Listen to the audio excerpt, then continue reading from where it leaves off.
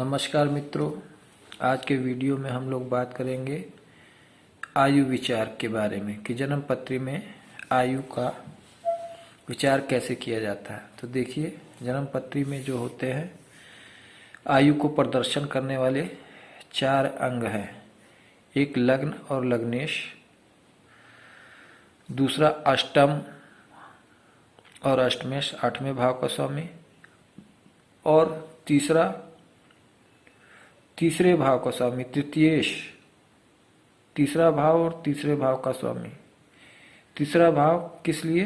क्योंकि ये 8वें भाव से 8वां है, इसलिए ये भी आयु को प्रदर्शित करता है भावात भावम के सिद्धांत के अनुसार। ठीक। उसके बाद जो शनि है ये आयु का कारक है। तो जन्म पत्री में ये सभी अंग जितना अधिक बलवान होंगे, अर्थात लग्न जितना बलवान होगा, लग्नेश जितना बलवान होगा, अष्टम 8वां भाव ये भाव जितना बलवान होगा, इसका स्वामी जितना अधिक बलवान होगा, अच्छी स्थिति में होगा, अच्छी राशि में होगा, उस पर अच्छे शुभ ग्रहों का प्रभाव होगा, तो उतना ही ज़्यादा आयु के लिए अच्छा है, उतनी ही अधिक होगी आयु। इसी तरह तीसरा भाव तृतीयेश और शनि भी बलवान होना चाहिए अच्छी आयु के लिए। अष्टमेश का 8वें भाव का और अष्टमेश का बलवान होना आयु के लिए तो अच्छा होता है, लेकिन आर्थिक स्थिति के लिए अच्छा नहीं होता है। तो ये भी बात है। ठीक।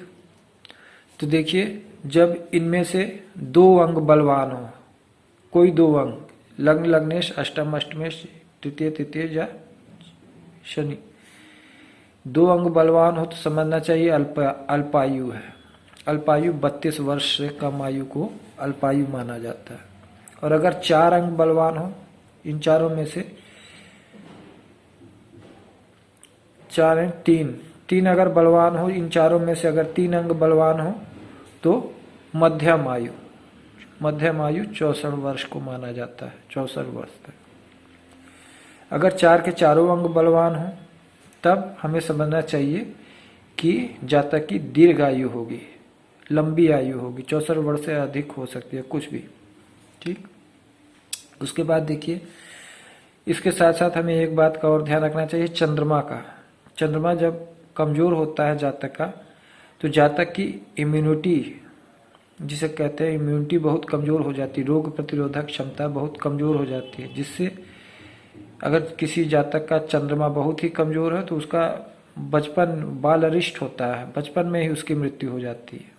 या अगर अधिक आयु भी हो गया तब भी उसकी ज़्यादा आयु नहीं हो पाती। क्यों? क्योंकि उसमें रोग प्रतिरोधक क्षमता बहुत कम होती है, उसका मनोबल बहुत कमजोर होता है, इस वजह से ज़्यादा उसका आयु, ये बातें हैं जो आयु क्षीण करती। कमजोर मनोबल की वजह से आदमी चिंतित रहता है, परेशान रहता है, और उसको तरह तरह की BP, blood pressure, mental problem, ये सब समस्याएं बहुत अधिक हो जाती हैं।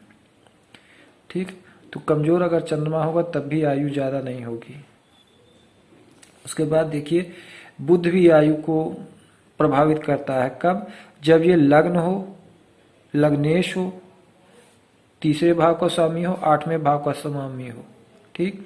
जिन लग्नों में बुध इन भावों का स्वामी होता है, या तो लग्नेश है, या तृतीयेश है, या अष्टमेश है। ठीक है। अगर इनका स्वामी होके अगर बुध बहुत कमजोर है तो भी ऐसे जातकों की बचपन में ही मृत्यु हो जाती है। ऐसा क्यों? क्योंकि जो बुध होता है, इन जब भाव, ये सब आयु के कारक भाव है, आयु के भाव है, और इनका अगर जब स्वामी होता है बुध और कमजोर होता है तो बुध क्या है? कुमार ग्रह है। ये बहुत जल्दी अपना प्रभाव देता है, बहुत ही जल्दी अपना प्रभाव देता है। इस वजह से क्या होता है कि जब ये आयु का कारक होके कमजोर हो जाता है तो आयु को बहुत क्षीण कर देता है। ऐसी अवस्था में कि जातक का बाल अरिष्ट होता है, बचपन में ही उसकी मृत्यु हो जाती है। ठीक। तो हमें आयु का, इन सब बातों का ध्यान करके पहले किसी जातक की निश्चित करना चाहिए कि उसकी अल्पायु है, मध्यम आयु है कि दीर्घ आयु है। ठीक। जब ये निश्चित हो जाए कि उसकी कौन सी आयु है, तो उस आयु के खंड में जब मारक ग्रहों की दशा, अंतरदशा आए, तभी उसकी मृत्यु समझनी चाहिए। ठीक। आशा करता हूँ कि आज का वीडियो आपको अच्छा लगा होगा। अगर अच्छा लगा तो कृपया हमारे वीडियो को लाइक कीजिए, चैनल को सब्सक्राइब कीजिए। और अगर आप हमसे संपर्क करना चाहते हैं तो इस मोबाइल नंबर पर हमसे संपर्क कर सकते हैं। धन्यवाद।